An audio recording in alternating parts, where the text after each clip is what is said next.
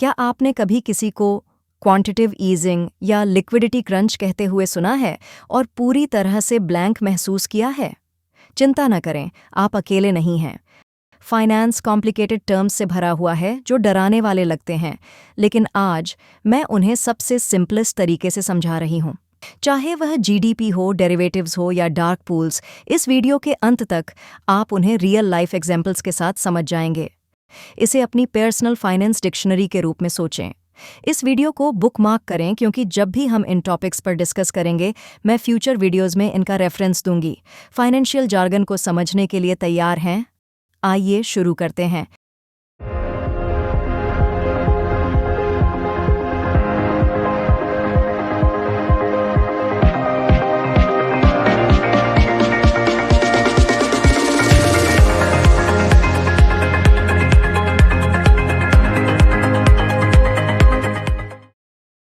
इससे पहले कि हम कई कॉम्प्लिकेटेड स्टफ में उतरें, आइए पहले बिल्कुल बेसिक्स से शुरू करें।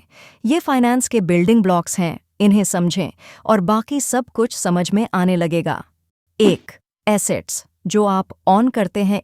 एक एसेट वह चीज़ है जिसकी वैल्यू होती है और जिसे ऑन, यूज़ या कंट्रोल फ्यूचर के बेनिफिट्स को जनरेट करने के लिए किया जा सकता है। एसेट्स को ऐसी चीज़ों के रूप में सोचें जो आपकी जेब में पैसे डालती हैं, या तो अभी या फ्यूचर में। एसेट्स के टाइप्स। एसेट्स को मेनली 2 कैटेगरीज में डिवाइड किया जाता है। टेंजिबल एसेट्स, फिजिकल चीज़ें जिन्हें आप छू सकते हैं। रियल एस्टेट, ज़मीन, घर, बिल्डिंग्स। कैश और फिजिकल गोल्ड कार्स और मशीनरी। इंटेंजिबल एसेट्स, ऐसी चीज़ें जो वैल्यू रखती हैं लेकिन फिजिकल नहीं हैं। Stocks, bonds, mutual funds, patents, copyrights, trademarks, bitcoin और बाकी क्रिप्टो करेंसीज। एग्जाम्पल, इमेजिन करें कि आपके पास $3 लाख का घर है। वह घर एक एसेट है क्योंकि उसकी वैल्यू है और ज़रूरत पड़ने पर आप उसे पैसे के लिए बेच सकते हैं।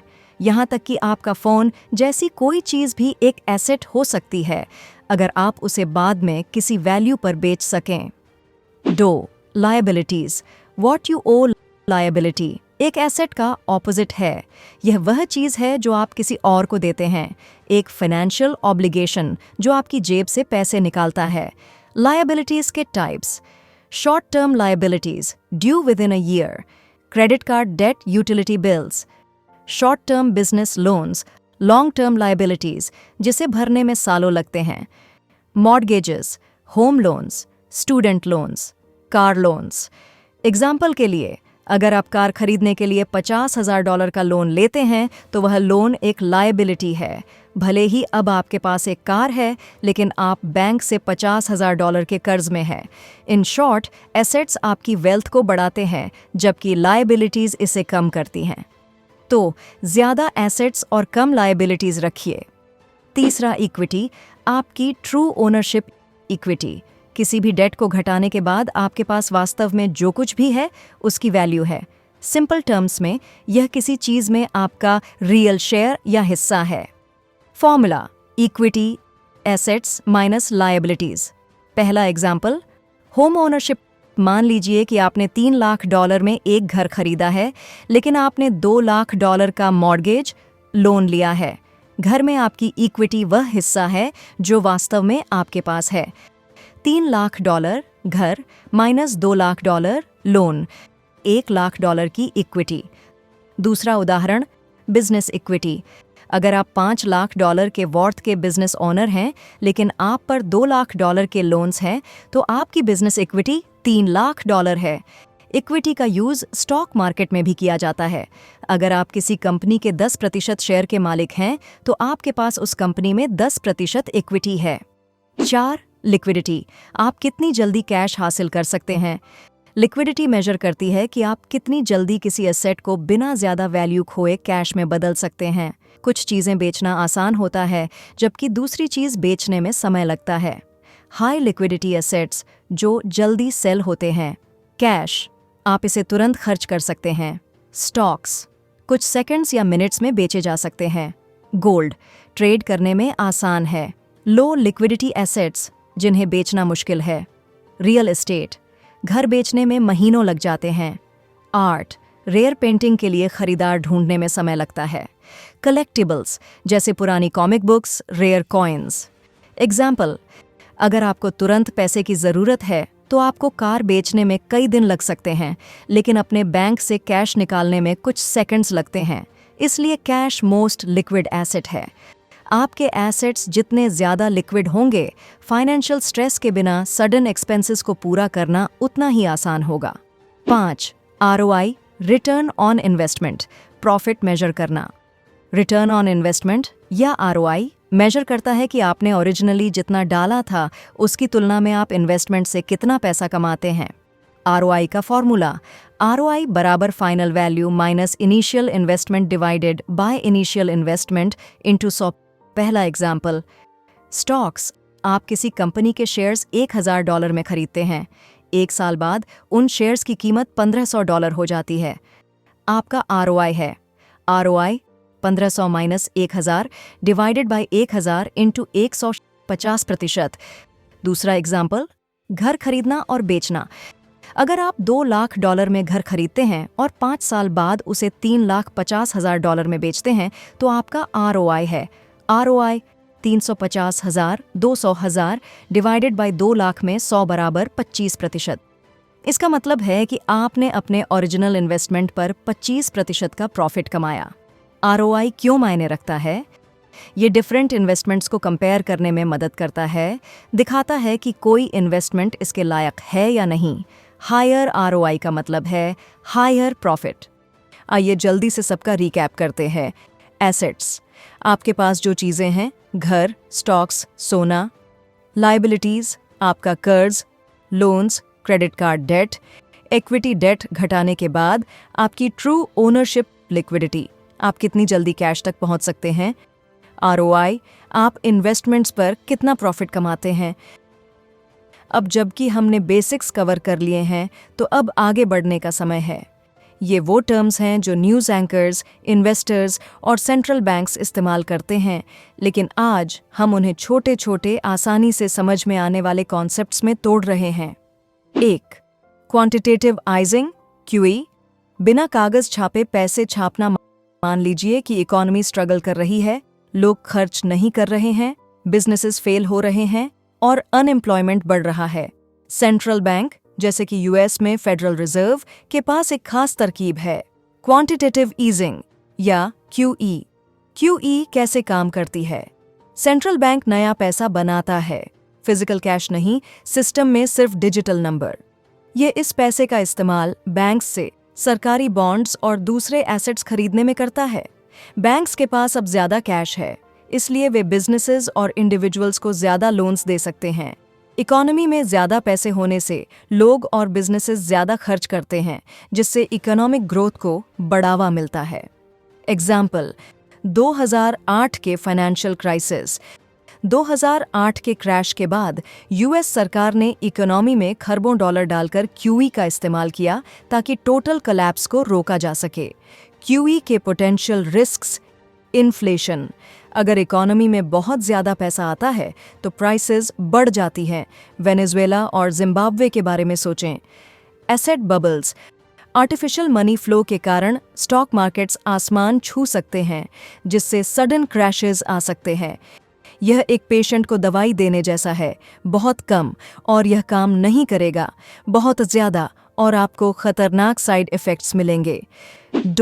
स्टैगफ्लेशन, दोनों दुनिया का सबसे बुरा स्टैगफ्लेशन तब होता है जब इन्फ्लेशन, प्राइस बढ़ना, और इकोनॉमिक स्टैग्नेशन, लो ग्रोथ एक ही समय में होते हैं। यह गवर्नमेंट्स के लिए एक बुरा सपना है क्योंकि नॉर्मल सॉल्यूशंस काम नहीं करते हैं। यह एक प्रॉब्लम क्यों है?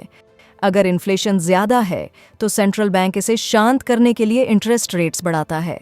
अगर इकोनॉमी धीमी है तो सेंट्रल बैंक खर्च बढ़ाने के लिए रेट्स कम करता है।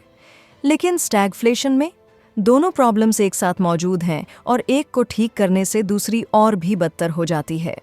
एग्जाम्पल, 1970 के दशक का ऑयल क्राइसिस। 1970 के दशक में ऑयल प्राइसेस आसमान छू रही थीं, जिससे सब कुछ महंगा हो गया था। उसी समय इकोनॉमिक ग्रोथ स्लो थी, जिससे कई सालों तक स्टैगफ्लेशन बना रहा। जब आप एनालिस्ट्स को आज स्टैगफ्लेशन के बारे में चिंता करते हुए सुनते हैं तो उन्हें डर लगता है कि इतिहास खुद को दोहराएगा। 3. डेरिवेटिव्स। फ्यूचर पर दांव। डेरिवेटिव एक फाइनेंशियल कॉन्ट्रैक्ट है जो किसी और चीज से अपनी वैल्यू हासिल करता है, जैसे स्टॉक्स, बॉन्ड्स या यहाँ तक कि ऑयल जैसी कमोडिटीज। डेरिवेटिव्स के दो मेन टाइप्स। फ्यूचर में किसी फिक्स्ड प्राइस पर कुछ खरीदने या बेचने का कॉन्ट्रैक्ट। एग्जाम्पल, एयरलाइंस फ्यूल को पहले से खरीदने के लिए फ्यूचर्स का यूज करती है ताकि वे सडन प्राइस हाइक्स से अफेक्ट न हों। ऑप्शंस। एक कॉन्ट्रैक्ट जो किसी एसेट को खरीदने या बेचने का राइट विद नो ऑब्लिगेशन देता है। एग्जाम्पल, अगर आपको लगता है कि एप्पल का स्टॉक बढ़ेगा तो आप इसे आज की कीमत पर बाद में खरीदने का ऑप्शन परचेस कर सकते हैं। अगर यह बढ़ता है तो आपका प्रॉफिट होगा। उनका यूज कैसे किया जाता है? इन्वेस्टर्स रिस्क्स से बचने के लिए डेरिवेटिव्स का यूज करते हैं। ट्रेडर्स उनका यूज स्पेक्युलेट करने, मार्केट मूवमेंट्स पर दांव लगाने के लिए करते हैं। डेरिवेटिव्स कॉम्प्लेक्स लगते हैं, लेकिन उनके कोर में वे रिस्क मैनेजिंग के लिए या बड़े दांव लगाने के लिए बस टूल्स हैं। चौथा, यील्ड कर्व इकोनॉमी की crystal ball. Yield curve short term और लॉन्ग टर्म गवर्नमेंट बॉन्ड्स पर इंटरेस्ट रेट्स के बीच रिलेशन दिखाता है। यह इकोनॉमी के लिए वेदर फॉरकास्ट की तरह है। 3 टाइप्स के yield curves. Normal curve, upward slope, economy बढ़ रही है। Flat curve, straight line, uncertainty होना। Inverted curve, downward slope, recession warning.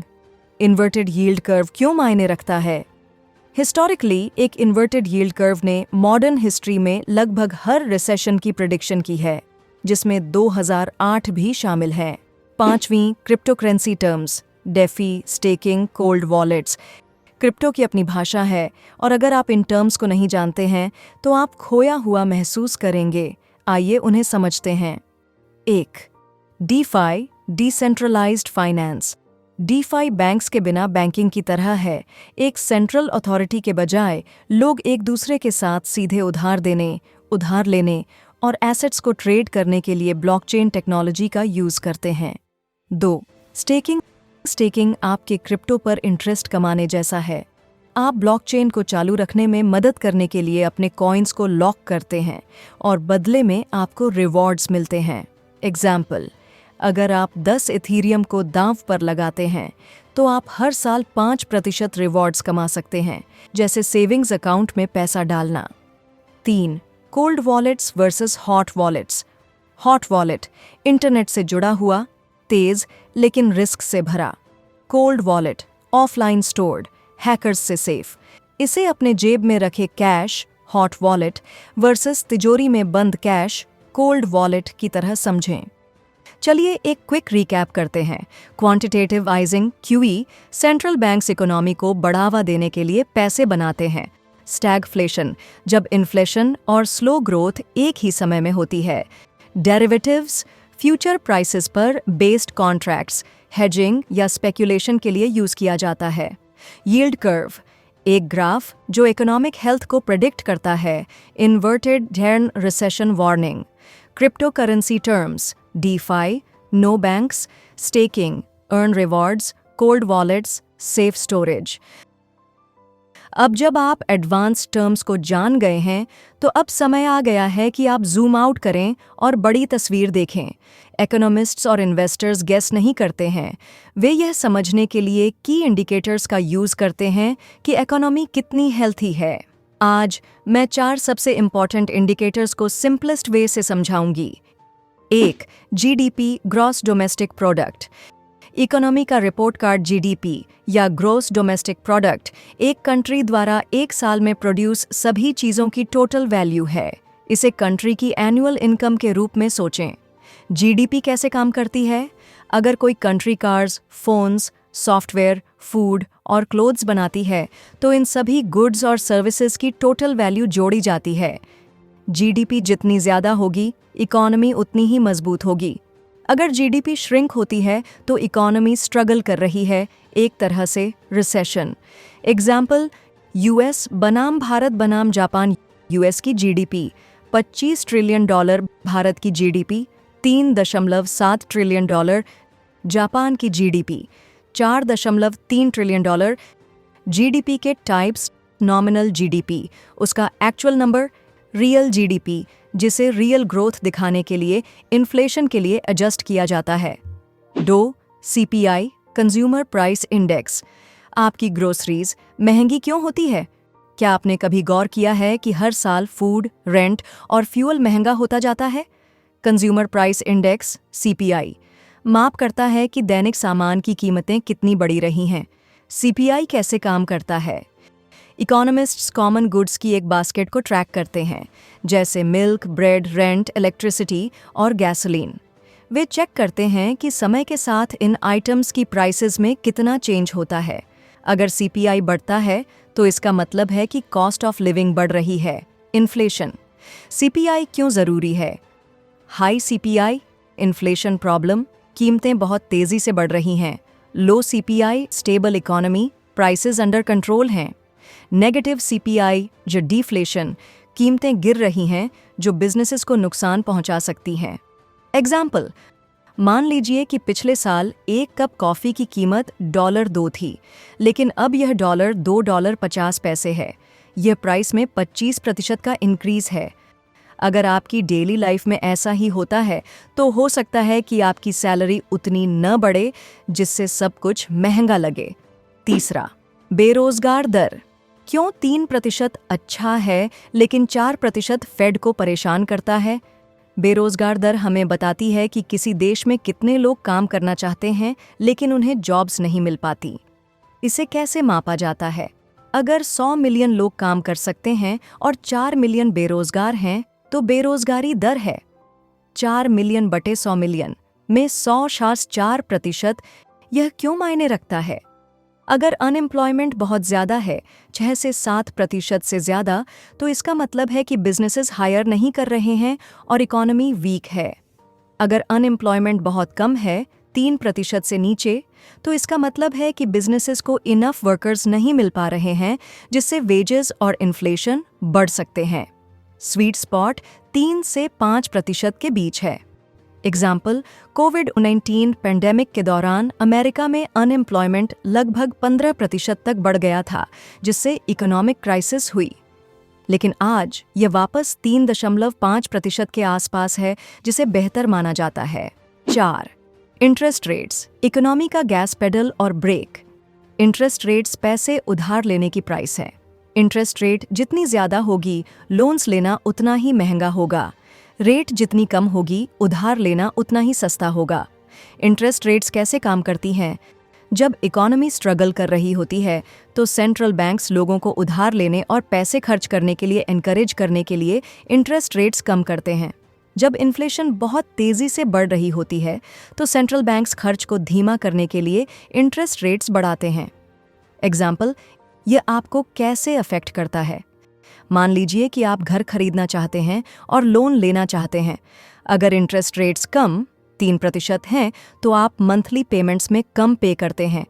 Rates ज़्यादा 7% हैं तो आप मासिक भुगतान में बहुत ज़्यादा पे करते हैं।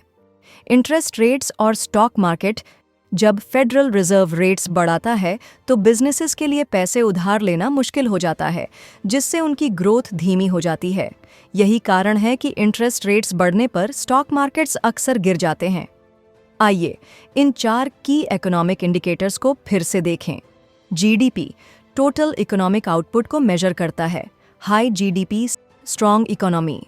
सीपीआई इन्फ्लेशन को मेजर करता है। Higher CPI higher cost of living. Unemployment rate हमें बताती है कि कितने लोगों को जॉब्स नहीं मिल पा रही है। 3 से 5% आइडियल है। इंटरेस्ट रेट्स उधार लेने की कॉस्ट्स को कंट्रोल करती हैं। कम रेट्स खर्च को बढ़ाती हैं। हाई रेट्स इन्फ्लेशन को धीमा करती हैं। अब जब हमने बिग पिक्चर यानी इकोनॉमिक इंडिकेटर्स को कवर कर लिया है, तो आइए कॉर्पोरेट वर्ल्ड पर नज़र डालें। इन टर्म्स को समझने से आपको बिजनेसेस को एनालाइज करने, बेहतर इन्वेस्टमेंट्स करने और यह देखने में मदद मिलेगी कि स्टॉक मार्केट में कंपनीज कैसे वैल्यू करती है। 1. Market capitalisation, market cap. एक कंपनी कितनी बड़ी है? मार्केट कैपिटलाइजेशन या मार्केट कैप किसी कंपनी के शेयर्स की टोटल वैल्यू है। यह डिफरेंट साइजेस की कंपनीज को कंपेयर करने के सबसे आसान तरीकों में से एक है। मार्केट कैप को कैसे कैलकुलेट किया जाता है? फॉर्मूला सिंपल है। Market cap horns total shares into share price. Example के लिए, अगर एप्पल के पास 16 अरब शेयर हैं और हर शेयर की कीमत $180 है, तो 16 अरब में $180 का गुणनफल 2.88 ट्रिलियन। एप्पल का मार्केट कैप $2.88 ट्रिलियन है। अगर बिटकॉइन का मार्केट कैप $1 ट्रिलियन है, तो इसका मतलब है कि सभी बिटकॉइन की मूल्य $1 ट्रिलियन है। यह क्यों मायने रखता है? लार्ज कैप 200 अरब डॉलर से ज्यादा बड़ी स्टेबल कंपनीज, मिड कैप 2 अरब डॉलर से 200 अरब डॉलर ज्यादा रिस्क वाली ग्रोइंग कंपनीज, स्मॉल कैप 2 अरब से कम स्टार्टअप्स और हाई रिस्क कंपनीज। 2. ईबिटडा किसी कंपनी की ट्रू प्रॉफिटेबिलिटी। यहीं पर EBITDA का रोल आता है। इसका मतलब है इंटरेस्ट, टैक्स, डिप्रिसिएशन और एमोर्टाइजेशन से पहले की कमाई। यह कहने का एक शानदार तरीका है कि एक्स्ट्रा कॉस्ट्स को पे करने से पहले कोई कंपनी कितना पैसा कमाती है। EBITDA क्यों मायने रखती है? यह फाइनेंशियल कॉम्प्लिकेशंस से पहले प्रॉफिट्स कमाने की कंपनी की एबिलिटी को दर्शाता है। इन्वेस्टर्स डिफरेंट कंपनीज को फेयरली कंपेयर करने के लिए EBITDA का यूज करते हैं। एग्जाम्पल, टेस्ला बनाम फोर्ड मान लीजिए। टेस्ला का रेवेन्यू $100 अरब, फोर्ड का रेवेन्यू $100 अरब, लेकिन इंटरेस्ट, टैक्सेस और अदर एक्सपेंसेस को हटाने के बाद टेस्ला EBITDA $25 अरब, फोर्ड EBITDA $10 बिलियन। भले ही दोनों कंपनीज सेम रेवेन्यू कमाती हों, लेकिन टेस्ला अपने हाई EBITDA के कारण ज्यादा प्रॉफिटेबल है। 3. P/E ratio.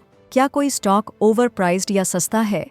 अगर आपने कभी किसी को यह कहते सुना है, यह स्टॉक बहुत महंगा है या यह स्टॉक कम वैल्यू का है, तो वे शायद P/E रेशियो को देख रहे हैं।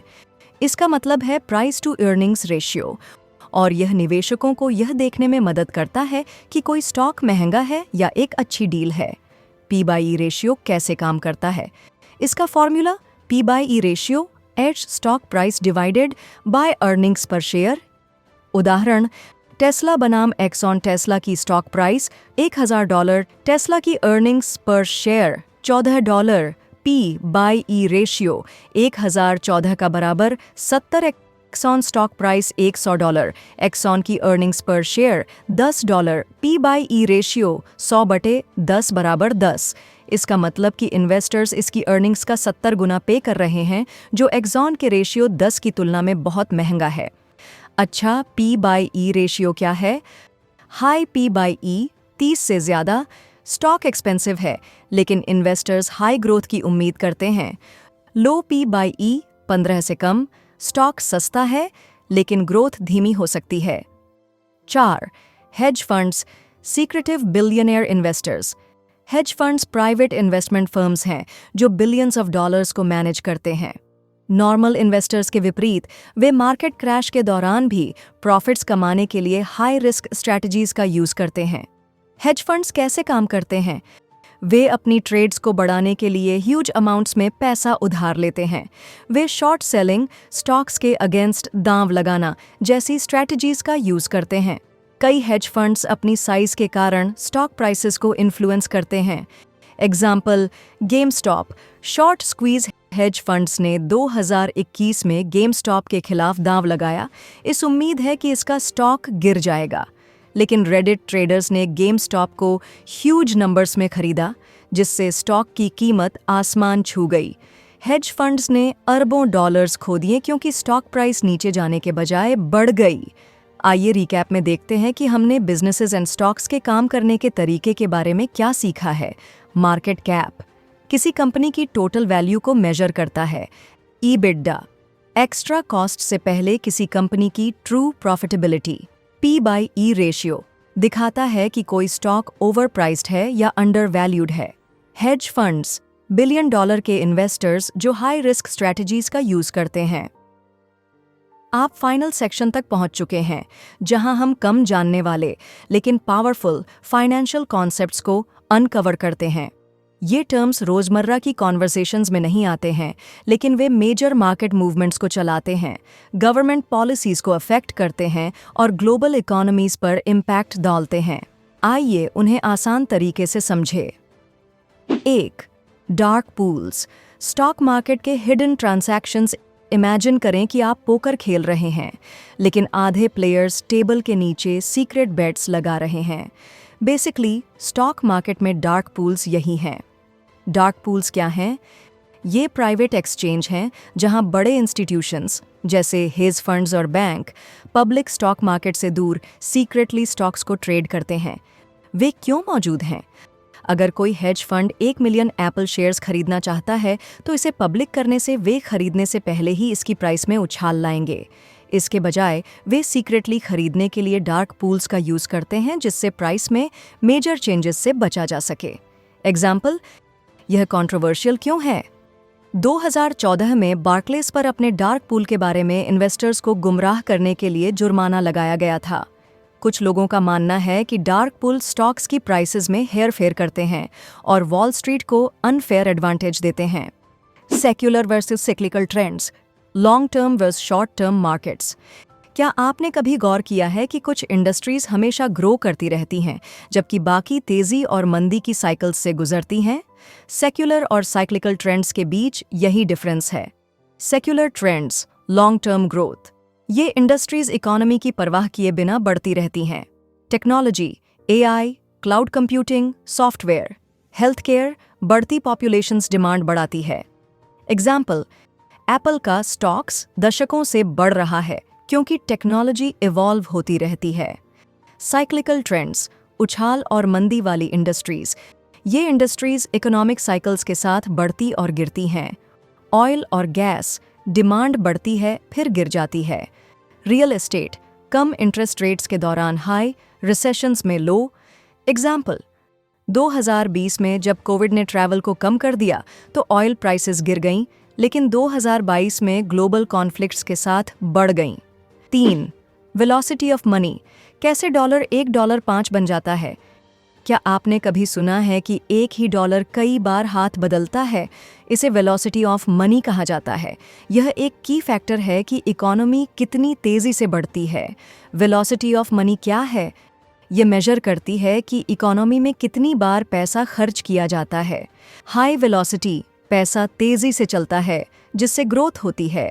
लो वेलोसिटी, पैसा बेकार पड़ा रहता है जिससे इकोनॉमी धीमी हो जाती है।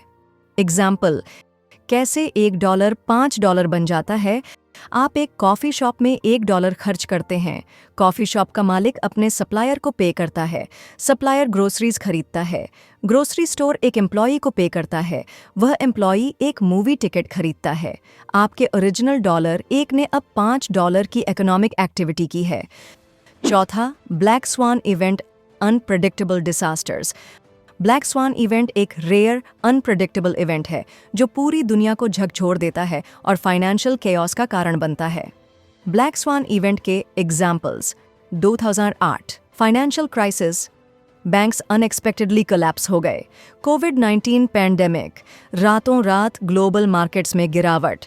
9/11 अटैक्स, बड़े पैमाने पर स्टॉक्स की बिक्री शुरू हो गई। ब्लैक स्वान इवेंट्स इतने खतरनाक क्यों हैं? इन्हें प्रेडिक्ट नहीं किया जा सकता। 2019 में कोविड के आने की किसी ने उम्मीद भी नहीं की थी। इनका बहुत बड़ा इम्पैक्ट होता है।